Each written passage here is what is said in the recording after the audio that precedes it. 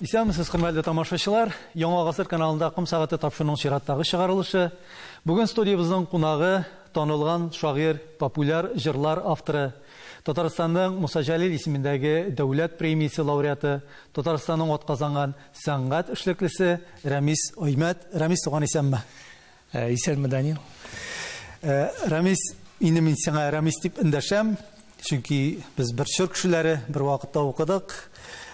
Син bir intervyongda Qozna эше иркенләп иҗат итәргә мөмкинлек бирми дигәнсең. Бу инде синең язучылар берлеге рәисе урынбасары булып эшләгән чорларың. Белүемчә, бүгенге көндә син ирекле иҗатта, ирекле рәссам дип әйтергә кирәк, иҗат итәргә вакыт каламы инде? Чынлап та, Данил, миңа менә гомер буе гел төрле җитәкче эшләрендә эшләргә туры килде. Һәм хәтта иҗат итү түгел, хәтта каләмдәшләремнең әсәрләрен дә рәхәтләнеп укып барырга вакытым тимидер иде. Хәзер чынлап та менә күбрәк иҗат эшенә кереп киттем. Чынлап та иҗат кешесе өчен, шагыйрь өчен ул ирекле булу зур бәхет тә икән. Менә чынлап та шактый гына шигырьләр иҗат ителде. Һәм хәтта үземнең архивымны актарырга да бер вакыт калды. Топлаган багажны. Менә заманында мин Мәгърифәт һәм Шәһри Казан газетасының әдәбият сәнгать бүлеге мөдире булып эшләдем бит. Һәм шул чорда мин кунакханә рубрикасы алып барганмын. Һәм анда бик күп күренекле шәхесләр белән әңгәмәләр эшләгәнмен.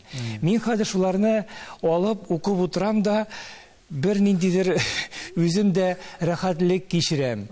Чөнки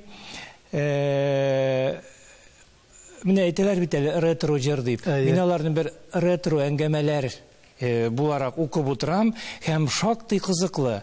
Һәм менә шуларны туплап мин сүз иярә сүз дигән күренекле шәхесләр белән әңгәмәләр дигән яңа китап та эшләдем.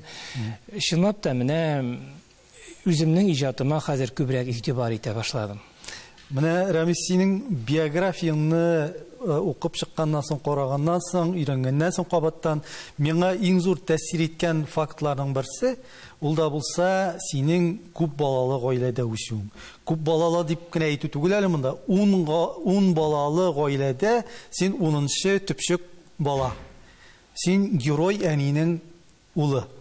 Гадәттә бит инде төпчек балалар алар әти, әни канат астында ничектер күбрәк иркәләнәләр, узаграк торалар кебек.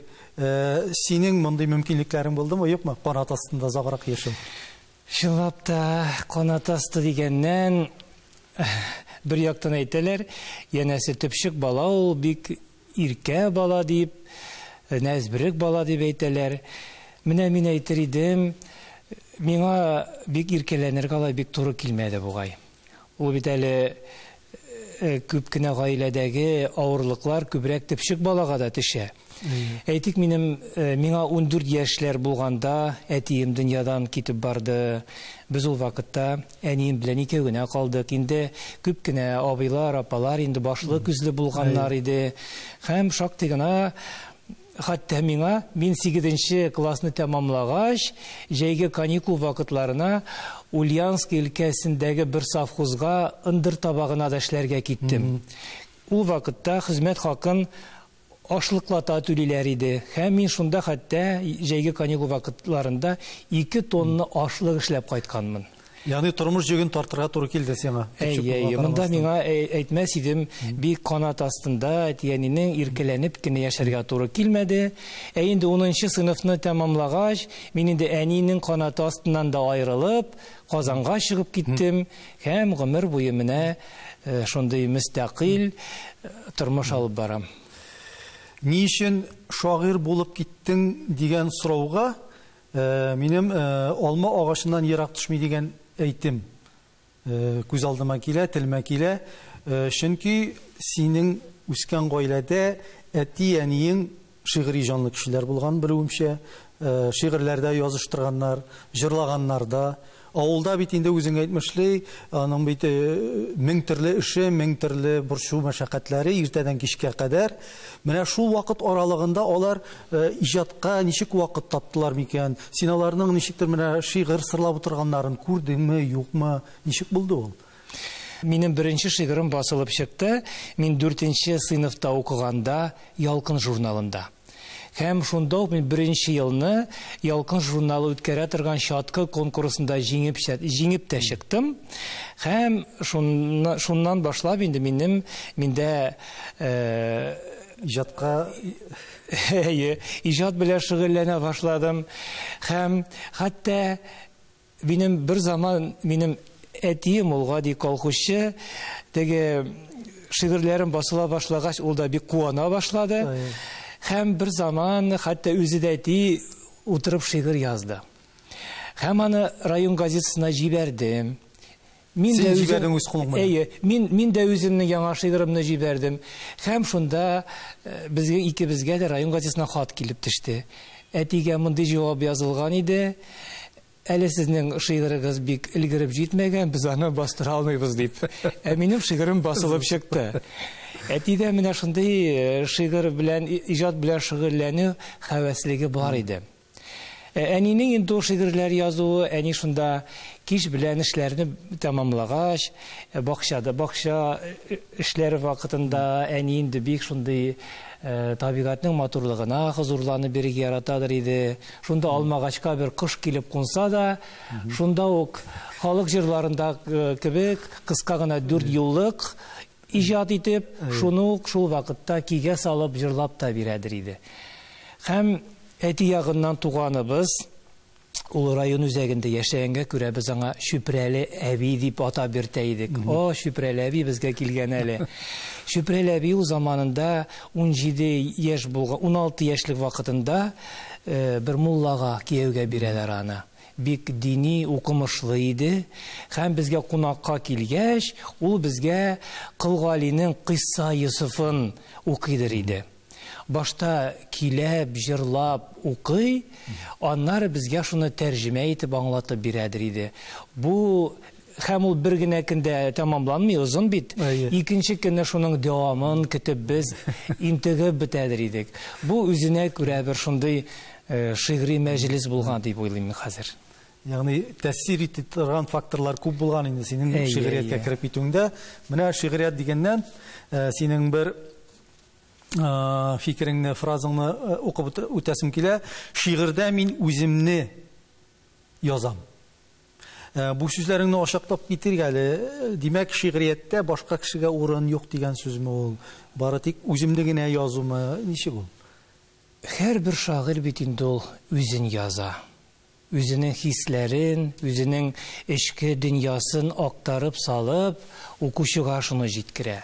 Шул ук җәмгыятьтә хөкем сөргән төрле вәзгыять уңаеннан да, сәяси хәлләр уңаеннан да, төрле борчыган проблемалар уңаеннан да ул үзенең хисләрен белдереп яза. Һәм бит шушы шагыйрьнең лирик мине, аның шәхси хисләре укучы укыйда, карале, бу минем уйларымны, минем хисләремне язган бит дип уйлый. Үзенеке итеп тә кабул итә. Менә шагыйрьнең шәхси мине, ул инде барлык укучыларның мине югарылыгына күтәрелә икән, димәк шагыйрь үзе турында гына язмый, барлык кешеләр турында, кешелек турында яза. Ягъни инде ул үзенең укучысы белән бер дулкында дип әйтергә кирәк. Шулаймы? Бер дулкында булып чыга. Тагын бер фикерең, минем өчен яшәү туктаусыз газап ул. Ни өчен әлеге фикереңне искә алдым? Чөнки сине элек тә шигырьләреңдә яшәү, үлем фәлсәфәсенең көчле булуы белән инде шактый гына тәнкыйтьләгәннәр дә, ни өчен бу темага язасың дип аптыратып бетергәннәр. Бу нилектән килә? Менә беләсезме, безнең бит инде татар шигъриятендә 2 зур мәктәп бар. Аның берсе Тукай мәктәбе булса, икенчесе Дәрдемән мәктәбе. Менә Дәрдемән мәктәбе бит инде ул шундый, Дәрдемән мин хәтта үзенең тәхәллүси итеп тә дәрдемән гарәпчәдән пессимист дигәнне, күңел төшенкелекле шагыйрь дигәнне, хәтта үзенә шуны псевдоним дәрәҗәсендә алган. Бу әлбәттә инде оптимист яки пессимист булу кешенең табигатыннан килә торгандыр. Кеше бу дөньяга нинди булып туган, ул шулай яши, дөньяны шулай кабул итә һәм шулай иҗат итә. Хәтта минем бер шигыремдә дә бар. Бу дөнья гарасат мәйданы. Әлләсең яшәүдә бер җәза. Мин әле тумаган, инде күкләрдә укыйлар җаназа. Менә күрәсең, менә бу пессимистик хисләрне безнең менә шушы җәмгыятебездә тудыра торгандыр бәлки. Менә адам баласы әле карында чакта ук туарга өлгерми, инде тормышта аның өчен әллә күпме киртәләр әйтерсең кырылып куелган. Әллә нинди проектлар кырылып куелган. Аның менә бу тормышта теге шын мәгънәсендә үзен кеше итеп, хис итеп, рәхәт итеп яшәү урынына ул һәр вакытта да менә шундый каршылыклар белән очрашырга мәҗбүр. Тикмәгә генә бит бер фәлсәфәче әйтмәгән тормыш ул каршылыклар көрәше дип.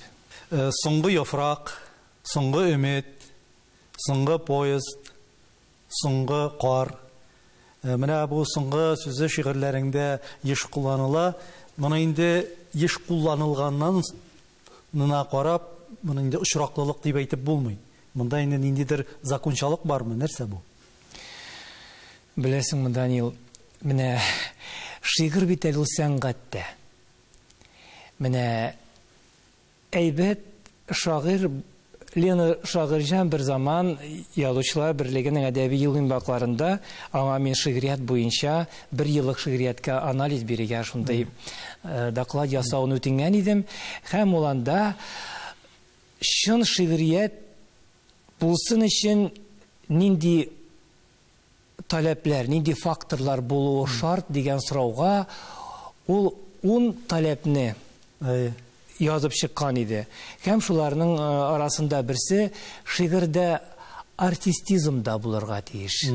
Шагыйрь ул менә шигырь иҗат иткәндә бит ул үзе автор, үзе режиссер, ул үзе сәхнә бизәлешен кыра, үзе утлар куя, укучыны шандырырга тиеш ул, укучыны тотып торырга тиеш әсәре белән.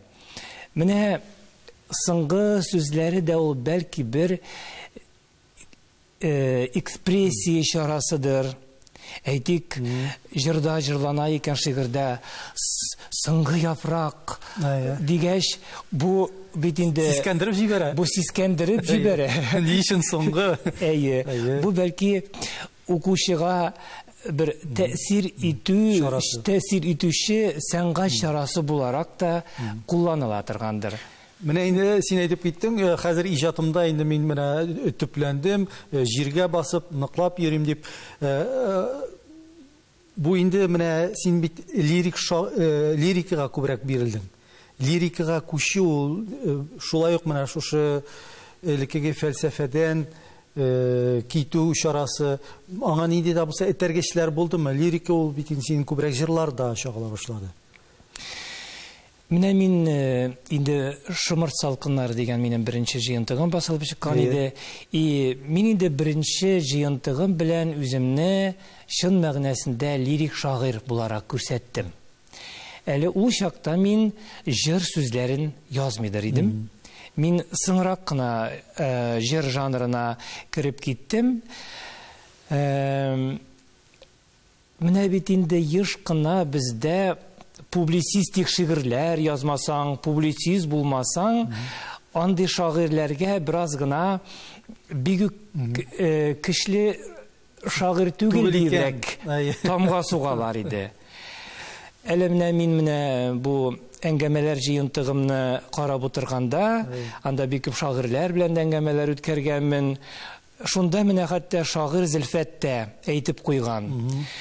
Мин публицистик шигырьләр язып заманында, замана шаукымына бирелеп, артык мауыкканмын һәм шигъриятемә зур зыян салганмын икән дип әйтә ул. Мин моның белән әлбәттә аның белән килешәм, чөнки шигъриятның бит инде 1000 елдан артык тарихы бар. Бүгенге көнгә нинди шигырьләр күбрәк килеп җиткән соң? Ул әлбәттә лирик шигырьләр, хис шигърияте, жан шигърияте. Алар тарихта нинди генә анда чырлар, нинди генә заманнар булмасын, ул замана иләге аша үтә бүгенге көнгә алар килеп җиткәннәр икән. Димәк, андый шигырьләр, чын шигырьләр, мин күбрәк иҗатымда лирикага өстенлек бирәм. Сүземә карагыз, юллар ачармын, үземә бакмагыз, үзем начармын дигән Тукай. Ягъни шәхес буларак шагыйрь, каләм иясе, әдип ул төрле булырга мөмкин, кырыс та булырга мөмкин, начар холыклы да булырга мөмкин, шулай бит. Әмма дә ләкин шул вакытта аның язганнарын укучылар, тамашачылар яратып укырга да мөмкин. Һәм киресенчә дә булырга мөмкин. Син үзеңне турында бу очракта нәрсә дип әйтә аласың? Тукай сүзләренә нәрсә дип җавап бирер идең? Данил, мин бит инде шактый гына бу гомеремдә шәхесләр белән якыннан аралашырга туры килде. Син аның оясында яшәдең. Бу авыр холыклы, бу мондый холыклы, бу кешелекле, бу бик кешелексез дигән шундый тамга сугучылар да булды. Нишләптер миңа нәкъ шул холыксызлар белән, үзенчәлекле шәхесләр белән аралашу аеруча бик җиңел һәм рәхәт булды. Авыр да һәм рәхәт тә. Һәм бу сорауны, әле син бу сорауны биргәч, бер шундый вакыйга искә төште. Ялгышмасам, 1924 елда Сергей Есенинны дуслары Азербайҗанга кунакка чакыралар. Һәм Есенин шунда дуслары белән инде табигатька йөрергә чыга. Һәм карыйлар, бер чишмә янына баралар да, дигәндә улактан су агып тора. Һәм шунда Есенин әйтеп куя: карагыз әле, мин әнә шушы улак кебек мүкләнеп биткәнмен, күгәргәнмен, лайлаланып биткәнмен. Миннән шушы улактан аккан чишмә суыннан да сафрак, чистарак су ага ди. Нишлисең, шундый авыр холыклы булса да тормышта, андый шагыйрьләрнең еш кына әйтәләр бит үзен бер дә яратмыйм, холкы шундый начар, шигырьләрен шундый яратам диләр. Бу ничек килеп чыгасың? Начар кешедән әйбәт әсәр туамы? Бик кызыклы күренеш бу. Мин үземне дә шундый әйбәт кеше дип санамыйм, начар кеше дип санамыйм. Ләкин иң мөһиме, синең иманың нык булсын, син бу тормышта намуслы бул, кешеләрне рәнҗетмә. Бәлки ул холыксызлыклар шушы гаделсезлеккә каршы протез йөзеннән дә килеп чыга торгандыр. Һәм инде шуңа карап, сине холыксыз дип сиңа тамга тагарга да мөмкиннәр. Җәлил премиясын алгашыннан иҗатыңны сине тәнкыйть итүчеләр дә булмаган түгел. Янәсе, син көрәшче, трибун шагыйрь түгел. Җәлил премиясе, мондый премия ул милләт дип язган, милләт дип кычкырган, шундый трибун шагыйрьләргә бирелергә тиеш дип Һәрхәлдә инде син бу сүзләрне ишеткәнсеңдер. Ул чорда син нинди хисләр кичердең? Менә инде дәүләт бүләген алганнан соң, сине лаеклы дип тапканнан соң, андый сүзләрне ишетү ул авыр булдымы? Әллә син аны колак янына шулай үткәреп кенә җибәрдеңме? Тәнкыйть ул һәрвакыт булмыйча тормый инде. Тәнкыйтьне кабул да итә белергә кирәк. Әлбәттә, дөрес тәнкыйть булса мин аны кабул итәм, дөрес булмаса мин аны инкар да итәргә мөмкинмен. Әлбәттә, мин инде бәлки бу сорауга алдарак бераз җавап та биргәнмендер. Минем иҗатымда да ул публицистик, милли, гражданлык шигърияте дә юк түгел. Ләкин алар минем күбрәк ничектер кыры лозунглар булып яңгырамый. Менә гражданлык, хәтта сәяси шигырьләр дә ниндидер лиризм белән өретелеп, алар бер лирик шигырь буларак хәтта яңгырыйлар. Ягъни син патриотлык хисләрен лирикага төреп биргән торган шагыйрь. Әйе. Мин инде искәртеп үттем тамашачыларга синең популяр җырлар авторы икәнеңне. Белүемчә, 100дән артык синең җырың бар. Аның шигырьләренә инде безнең мәртәбәле композиторлар көй язган, ул җырларны сәхнәдән мәртәбәле, аһәңле, моңлы җырчылар башкара. Димәк, син бу тормышта, сәнгать дөньясында рухи яктан да, матди яктан да иң бай шагыйрьләрнең берсе дип уйларга кирәктер. Әлбәттә, бәлки рухи яктан бик баймындыр. Рухи яктан бай булмаган шагыйрь ул шулай укучыларның күңеленә үтеп керерлек шигырьләр дә иҗат итә алмый, һәм аның сүзләренә язылган җырлар да теге тыңлаучыларның йөрәгенә теге май булып ятмый.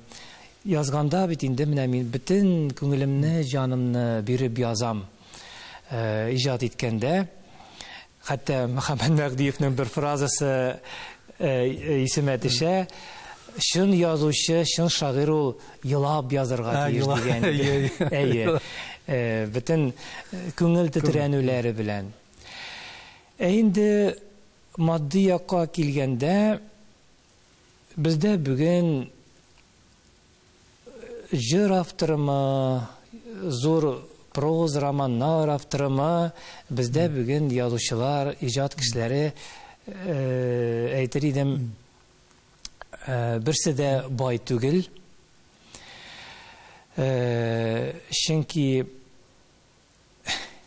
әйтик, чит ил эстрадасында, анда яки рус эстрадасында бер популяр җыр язып та, ул инде гомер буе тәэмин ителгән автор булырга мөмкин. Бездә бит инде менә бу авторлык хукукларына килгәндә, бездә бит алар бик якланган дип әйтмәс идем. Әлбәттә, теге заманнар белән чагыштырганда, бездә бит төрле авторлар җәмгыятьләре барлыкка килде. Ул әнә ТАИС, Россия авторлар җәмгыяте. Менә алар барлыкка килгәч, күпмедер дәрәҗәдә менә бу алар авторларны яклыйлар. Менә радио, телевидениеда яңгырыймы синең җырларың, артистлар концертларда яңгырыйлармы? Күпмедер дәрәҗәдә әҗәре кайта башлады. Акмаса да тома дигәндәй, бераз гына ярдәме булды. Менә җыр темасын дәвам итеп, җыр сүзләрен профессиональ шагыйрьләр язарга тиеш дигәнсең син. Моннан бер 10 еллар чамасы элек, менә шушы 10 ел эчендә безнең эстрадада яңгырый торган җырларның текстлары ни дәрәҗәдә үзгәрде? Сыйфат ягыннан, эчтәлек ягыннан һәм профессиональ шагыйрь дигәндә син нәрсәне күз уңында тотасың?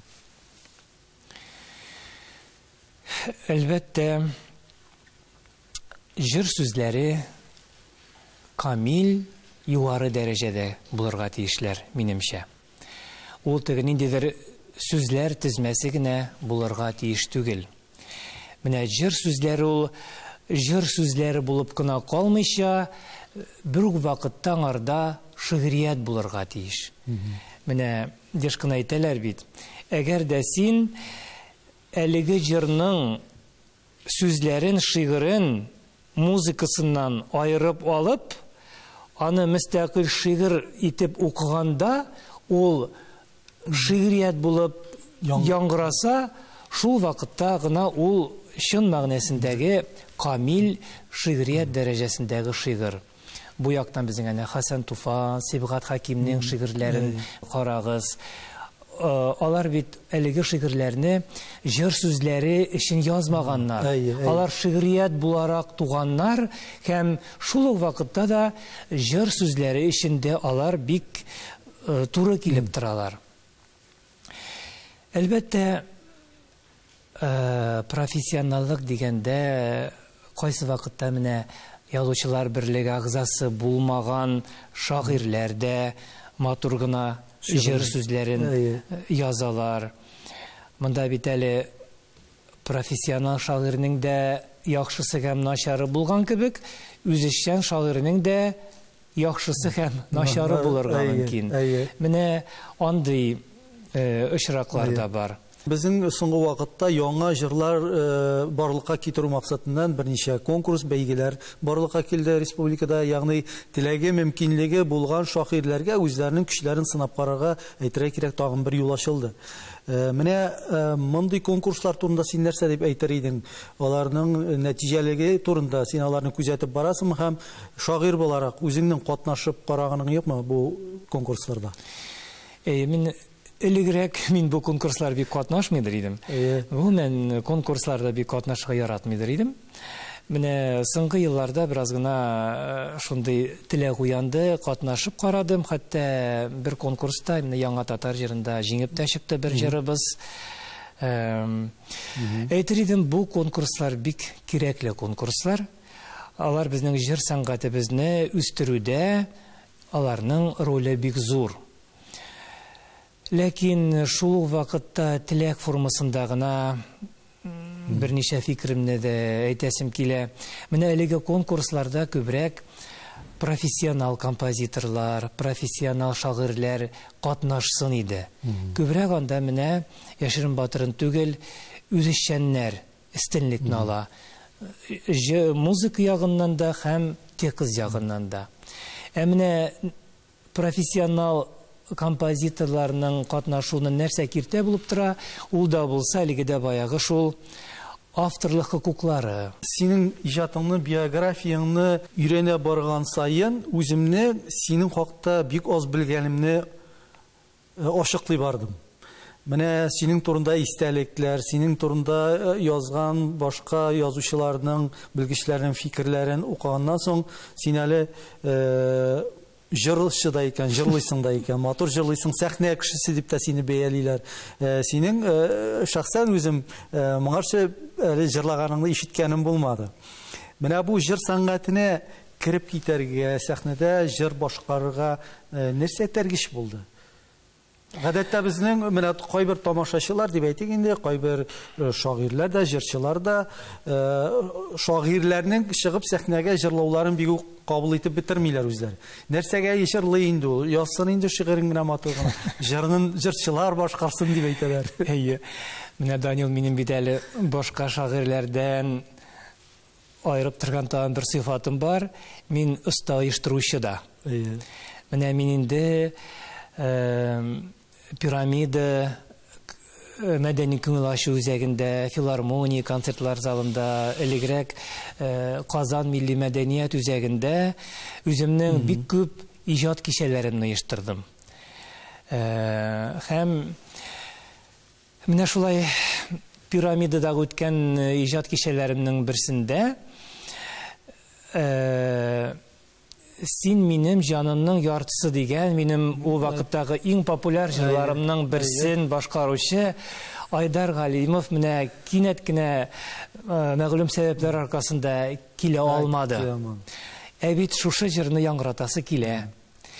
Һәм мин аптырагач, аның фонограммаларын булдырып, аның композитор Оскар Усманов иде, Оскар Усмановтан фонограммалар алып, мин әлеге җырны автор буларак үзем башкарып яңгыратырга туры килде.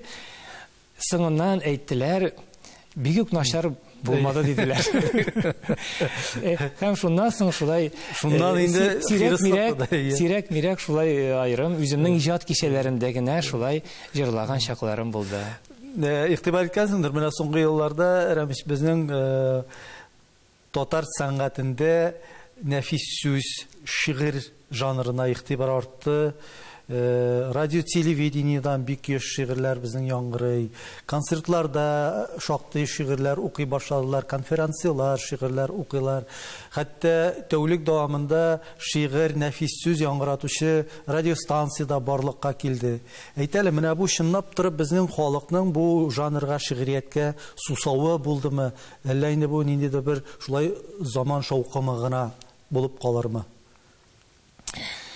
Беләсеңме, Данил, менә җәмгыять бит ул гел үзгәреп тора. Менә шундый бер чор булып алды. Ничектер без шын сәнгатьтән, шын шигърияттән, шын әдәбияттан бераз аерылып тордык кебек. Шундый бер булганчык чырлар булып алды. Менә бу үзгәртеп кыру елларыннан соң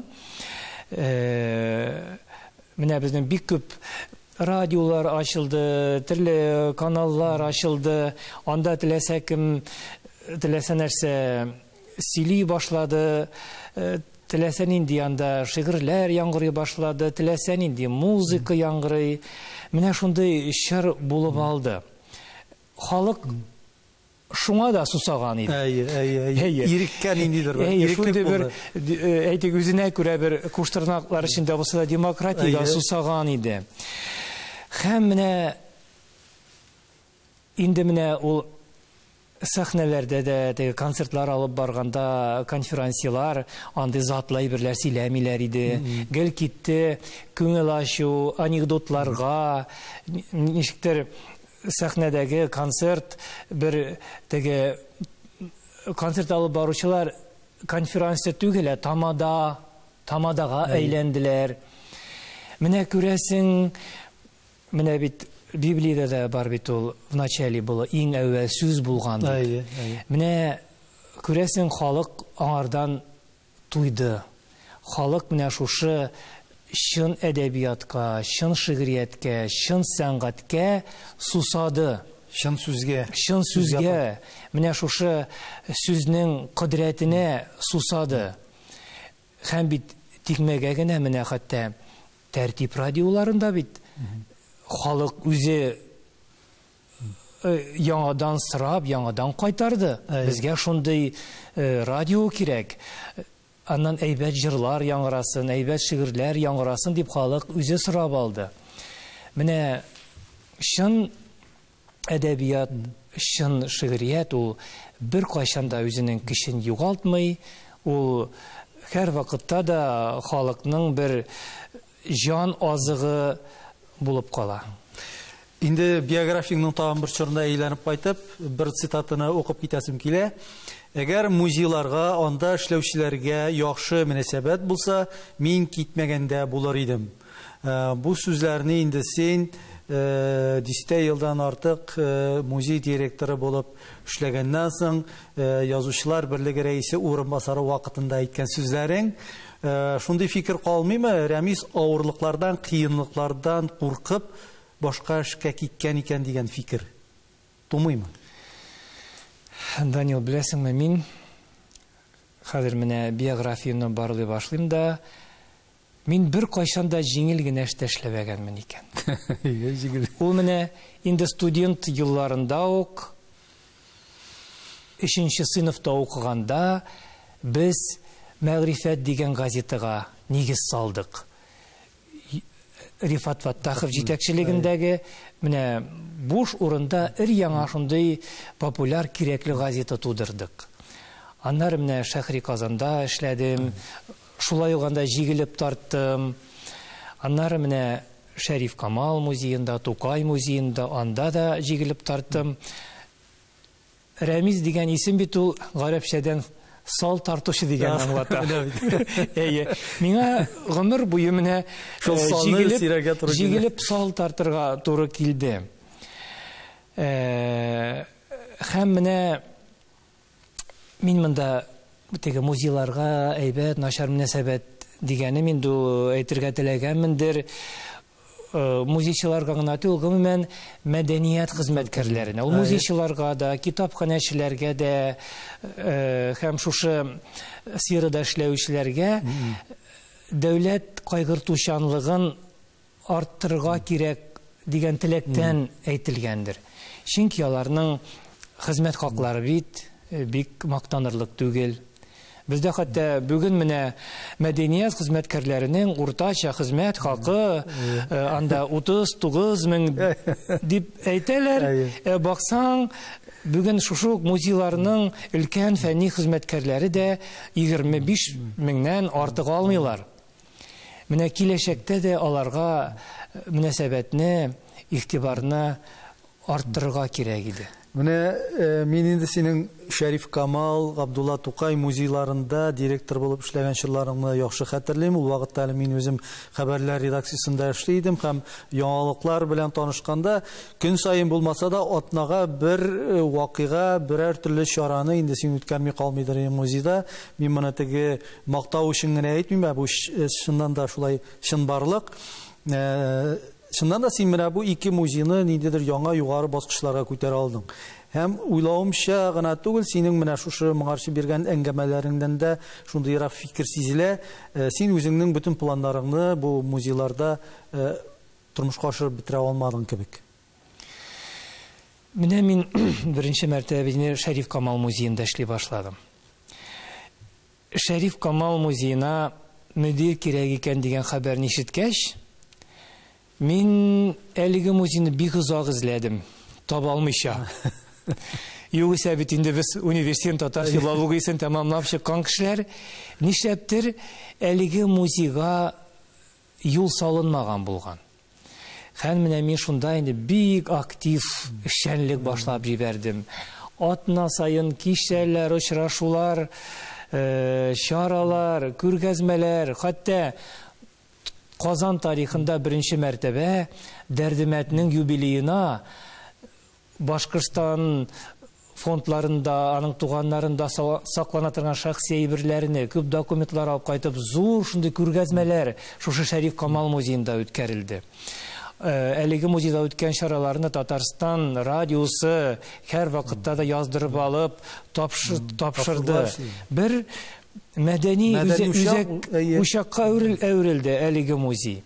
Һәм бит әлеге музейның мәйданын киңәйтү, әлеге бинада урнашкан төрле оешмаларны аннан чыгарып, әдәбият музеена алырга дигән башлангычлар миннән башланды. Аларны әлеге төрле оешмалардан әлеге бинаны бушаттык.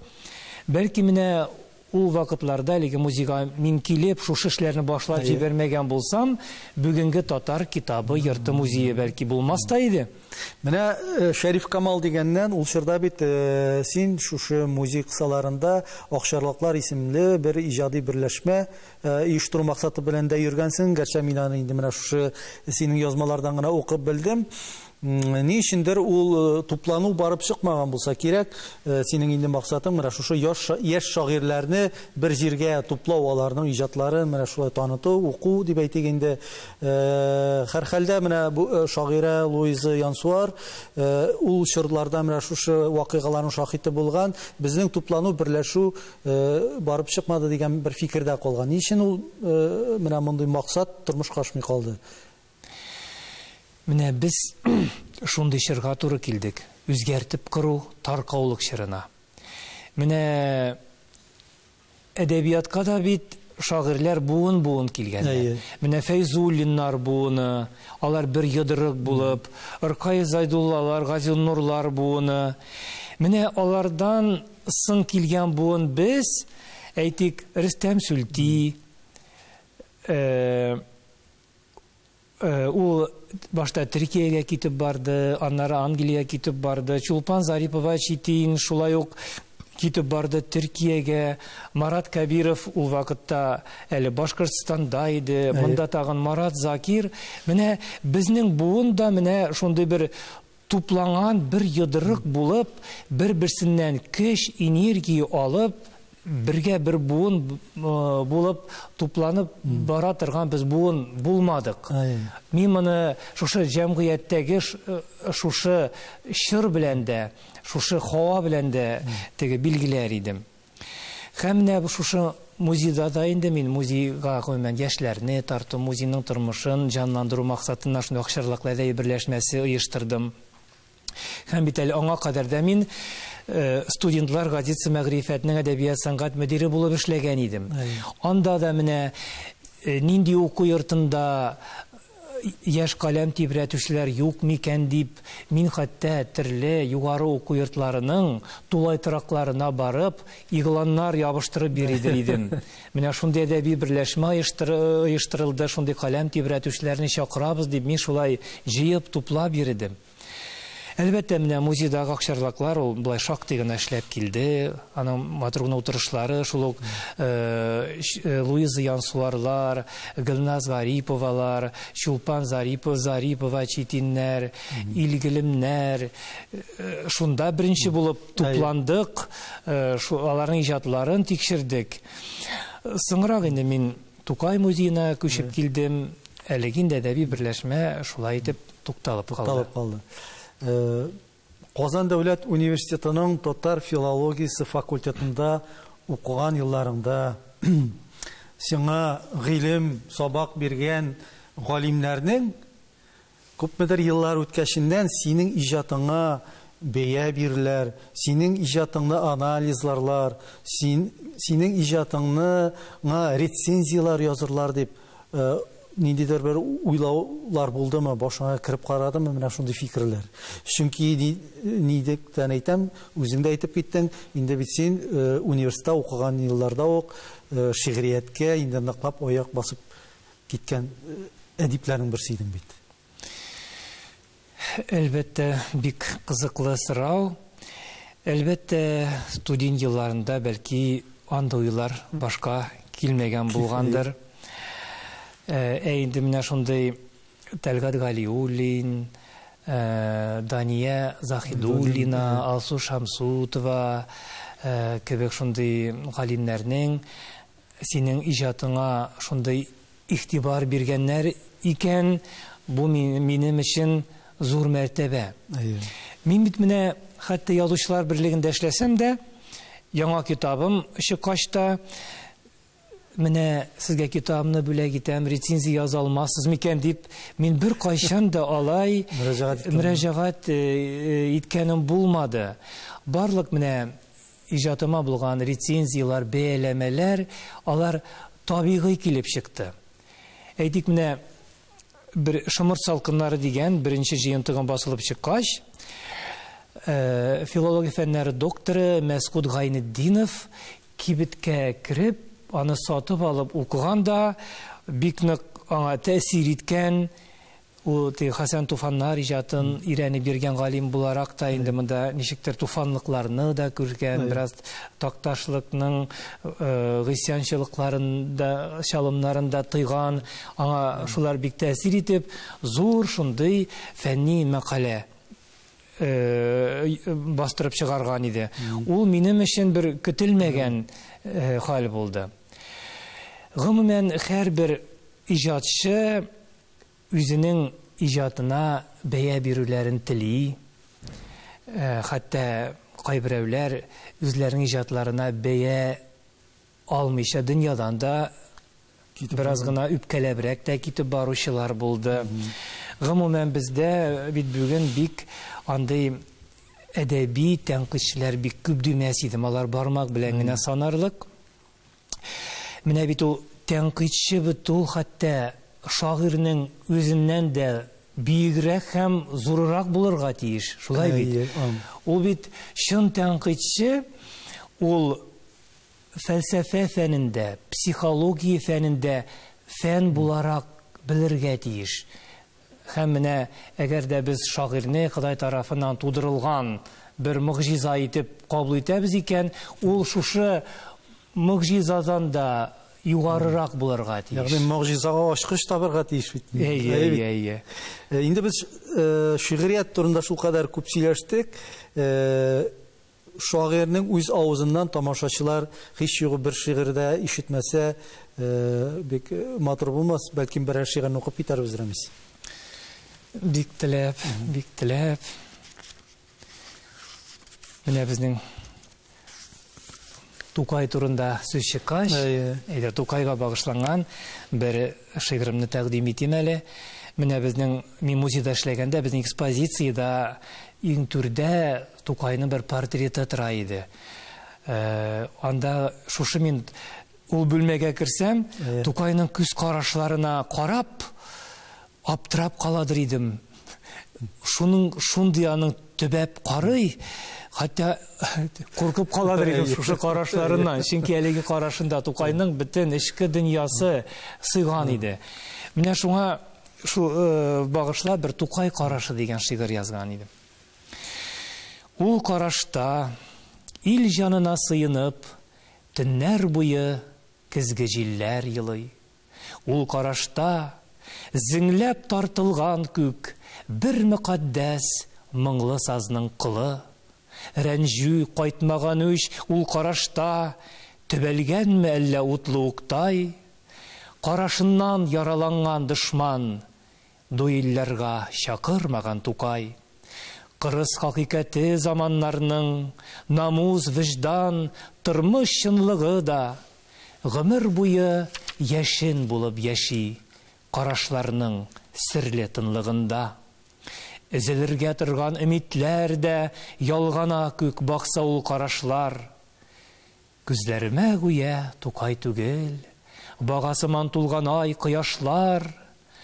Бу карашның тирән чыңгылына көтмәгәндә китеп югаламын. Шигырь утым сүнсә, ярты төндә Тукай карашыннан ут аламын. Ул карашның офыклары буйлап сузылгандыр юлы татарымның. Дәшә сыман күзләр, газиз халкым, мең бәләдән сине коткарырмын. Карурманнар үтеп чыккан халкым, нидер көтеп сыңар кыш юлыннан. Тик ул менә чыгар микән кичеп Тукай карашының ешлыгыннан. Рамис, рәхмәт бик зур. Бу инде безнең менә шундый иштәлекле әңгәмәбезгә шундый бик матур бер нокта булды. Әмма ләкин күп нокталар булсын. Синең иҗатың шишмәсе саекмасын, тамашачыларыбыз әле киләчәктә дә синең матур шигырьләреңне һәм ул шигырьләргә язган матур җырларны тыңлап, илһамланып яшәргә язсын. Рәхмәт сиңа. Рәхмәт.